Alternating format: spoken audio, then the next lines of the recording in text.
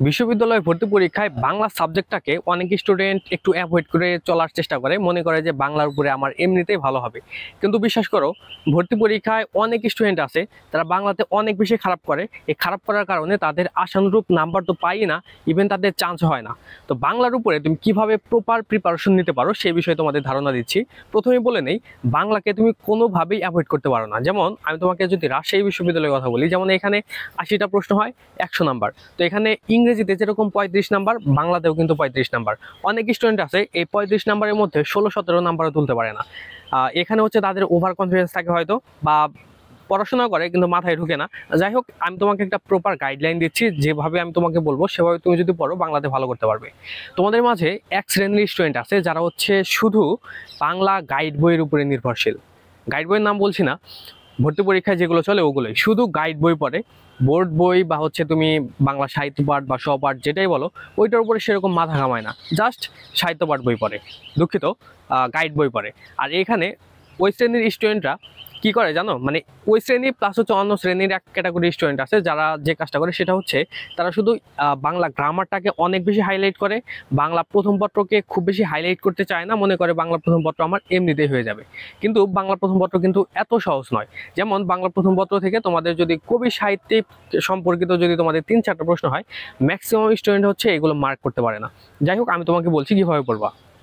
যেমন তোমাদের যে ক্লাস 11-12-এ তোমাদের যে সাহিত্য পাঠ বই ছিল, সহপাঠ বই ছিল, এগুলো হচ্ছে তোমরা লাইন বাই লাইন পড়বা। হ্যাঁ, যেমন সহপাঠটা খুব বেশি প্রয়োজন হয় না, সহপাঠের অংশটা তুমি একটু যদি মোটামুটি ধারণা রাখো আর তোমার কাছে যদি সময় থাকে, তুমি অবশ্যই রিডিংটা পড়বা। তুমি সাহিত্য পাঠ এবং সহপাঠ এই দুইটা হচ্ছে তুমি কবি পরিচিতি, পাঠ পরিচিতি, তারপরে হচ্ছে ওই বইয়ের মধ্যে যে শব্দার্থগুলো আছে এই শব্দার্থগুলো পড়বা এবং ওইগুলো লাইন বাই লাইন পড়ার চেষ্টা করবে, যাতে তোমাদের ওইখানে যদি একটা লাইন দিয়ে দেয় এবং লাইনের মাঝখানে যদি একটা গ্যাপ দিয়ে দেয়, ওই গ্যাপটা যেন তুমি আইডেন্টিফাই করতে পারো। ঠিক আছে, যেমন আমি নিজের অভিজ্ঞতা থেকে আমি বলছি, যেমন আমি যখন রাজশাহী বিশ্ববিদ্যালয়ে পরীক্ষা দেই, আমার শিফটে হচ্ছে আমাদের যে একটা কবিতা আছে ফেব্রুয়ারি 1969, ওইখান থেকে আমার একটা প্রশ্ন আসছিল যে সেই ফুল আমাদের চেতনার রং নাকি চেতনারই রং। ঠিক আছে, তো আমি আসলে চেতনার রং দাগিয়ে ফেলছিলাম, মানে আমি আসলে ওই কবিতাটা খুব বেশি ভালো করে পড়ছিলাম না, গাইড বই পড়েছিলাম। তো আমি পরে যখন হচ্ছে বই দেখি, তখন দেখি যে ওইখানে চেতনার হবে না, চেতনারই হবে। তো এই ধরনের যে সিম্পল সিম্পল মিস্টেকগুলো আছে, এইগুলো তুমি যদি ধরতে চাও অবশ্যই তোমার বই পড়তে হবে। হ্যাঁ, তুমি অবশ্যই হচ্ছে সাহিত্য পাঠ সহপাঠ খুব ভালো করে পড়বা। এরপরে হচ্ছে তুমি সহায়ক বইয়ের সাহায্য নিবা। আর কবি পরিচিতি, পাঠ পরিচিতি, এই দুইটা কিন্তু অনেক ইম্পর্টেন্ট। কবি পরিচিতি সবগুলো কবি গল্প কবিতার জন্য ইম্পর্টেন্ট নেই, ইম্পর্টেন্ট না। যেগুলো হচ্ছে হাইলাইটেড কবি সাহিত্যিক সেগুলো তোমাদের পড়তে হবে, যেমন কাজী নজরুল, রবীন্দ্রনাথ, বঙ্কিমচন্দ্র, মাইকেল মধুসূদন দত্ত, এগুলো হচ্ছে তোমরা পড়বা। তারপর হচ্ছে পাঠ পরিচিতি প্রত্যেকটা গল্পেরই পড়বা, যেগুলো তোমাদের সিলেবাসের মধ্যে আছে। এরপর তুমি সহায়ক বইয়ের সাহায্য নিবা। আর তোমাদের হচ্ছে যে বাংলা ব্যাকরণের যে অংশটা, ব্যাকরণটা তোমাদের বুঝে বুঝে পড়তে হবে। অনেকে যে কাজটা করে, খুব বেশি তাড়াহুড়া করতে যায় যে হচ্ছে আমার আগামী 2-3 ঘন্টার মধ্যে আমার একটা টপিক শেষ করে ফেলতে হবে। আসলে এরকম তোমার মানে তাড়াহুড়া করলে চলবে না, তোমার হাতে এখনো এনাফ টাইম আছে। এই টাইমটার মধ্যে তুমি হচ্ছে প্রত্যেকটা জিনিস বুঝে বুঝে পড়বা। যেমন ধ্বনি পরিবর্তন এমন একটা টপিক, এই টপিকটা আসলে এই পড়তেছে এই ভুলে যাচ্ছে স্টুডেন্টরা, মানে আমার নিজের সাথে এরকম হতো। আমি তখন হচ্ছে একটু তাড়াহুড়া করতে মানে অভ্যস্ত ছিলাম আর কি। পরে দেখলাম যে না, আমার এইভাবে আসলে টাইম ইনভেস্ট করলে আমার সময়টা নষ্ট হচ্ছে, আমার পড়া হচ্ছে না, আমার বুঝে বুঝে পড়তে হবে। তো পরে হচ্ছে আমি বুঝলাম যে আসলে এটা আসলে কিভাবে পড়তে হবে। তো তোমাদের সেটাই বলবো, তোমরা অবশ্যই হচ্ছে প্রত্যেকটা টপিক বাংলা ব্যাকরণের মধ্যে ওইগুলো তোমরা একটু বুঝে বুঝে পড়বা। এরপরে তোমরা আরেকটা কাজ যেটা করবা সেটা হচ্ছে তোমরা অনেকেই প্রশ্ন প্র্যাকটিস করো না। বিগত সালের বিসিএস চাকরির পরীক্ষা বা ব্যাংক জবের পরীক্ষার, বা এক কথায় হচ্ছে আমাদের পিএসসির যে পরীক্ষার প্রশ্নপত্র আছে, ব্যাংকের প্রশ্নপত্র যেগুলো আছে, তারপর অ্যাডমিশনের যে প্রশ্নপত্রগুলো আছে বাংলা ব্যাকরণের উপরে, এগুলো তোমরা হচ্ছে প্র্যাকটিস করবো। আর তুমি যদি একটা ভালো মানের বই পড়ো, ওই বইয়ের মধ্যে কিন্তু বিগত সালের এই প্রশ্নগুলো কিন্তু ইনক্লুডেড থাকে।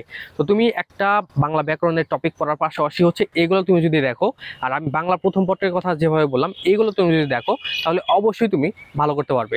আর বাংলার মধ্যে আরেকটা টপিক তোমরা দেখে নিবা, সেটা হচ্ছে সেটাকে বলা হচ্ছে বাংলার। আমি তোমাকে কিভাবে বিষয়টা এক্সপ্লেইন করি, যেমন আমাদের একটা টপিক থাকে না যে বাংলা ভাষার ইতিহাস, এরকম একটা কিন্তু টপিক থাকে। তো এই টপিকটা হচ্ছে তোমরা একটু দেখে নিবা, যেমন চর্যাপদ, তারপর হচ্ছে সুনীতি কুমার চট্টোপাধ্যায় চর্যাপদ সম্পর্কে কি বলেছে, তারপর প্রাচীন যুগ, অন্ধকার যুগ, আধুনিক যুগ, এই সম্পর্কিত আসলে যে বিষয়গুলো আছে এগুলো দেখবা। তারপর হচ্ছে ডক্টর মোহাম্মদ শহীদুল্লাহ এই চর্যাপদকে আসলে কি বলেছে, এই জিনিসগুলো কিন্তু তোমাদের দেখতে হবে। এইগুলো থেকেও কিন্তু ভর্তি পরীক্ষায় প্রশ্ন হয়ে থাকে। তুমি যদি এইগুলো ভালো করে মেনটেন করো, অবশ্যই তুমি বাংলাতে ভালো করতে পারবে। আর বাংলার মধ্যে তোমরা টার্গেট রাখবা, যদি তুমি ভালো করে প্রিপারেশন নাও, বাংলার মাধ্যমে কিন্তু তোমার নাম্বার অনেক বেশি এগিয়ে যাবে এবং বাংলার মাধ্যমে তুমি ভর্তি পরীক্ষায় ভালো করতে পারবে। বাংলাতে তুমি টার্গেট রাখবা তোমার ভর্তি পরীক্ষায় যত নাম্বার, তার মধ্যে তুমি জানো 75 to 80% নাম্বার যেন ওইখানে এনশিওর করতে পারো। তো তুমি এইভাবে প্রিপারেশন নাও, বাংলাতে আশা করি তুমি ভালো করতে পারবে। আর ভর্তি পরীক্ষা সংক্রান্ত আমাদের এই অ্যাডমিশন মেন্টরস ইউটিউব চ্যানেল এবং ফেসবুক পেজে তুমি যাবতীয় সব কিছুই পাবে। এগুলো আমাদের সাথে রেগুলারিটি মেনটেন করে এগুলো দেখো, তুমি অবশ্যই তুমি ভর্তি পরীক্ষায় ভালো করতে পারবে।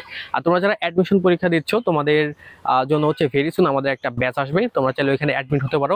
ভর্তি পরীক্ষার জন্য তোমাদের যে বিষয়গুলো ইম্পর্টেন্ট, যেভাবে তোমাদের পড়তে হবে, তার প্রত্যেকটা জিনিস হচ্ছে আমরা এখানে তোমাদের বুঝিয়ে বুঝিয়ে পড়িয়ে যাব। তো সবাই ভালো থাকো, তোমাদের সবার জন্য বেস্ট অফ লাক। আমি যেভাবে বললাম সেভাবে প্রিপারেশন নাও, অবশ্যই ভালো করতে পারবে।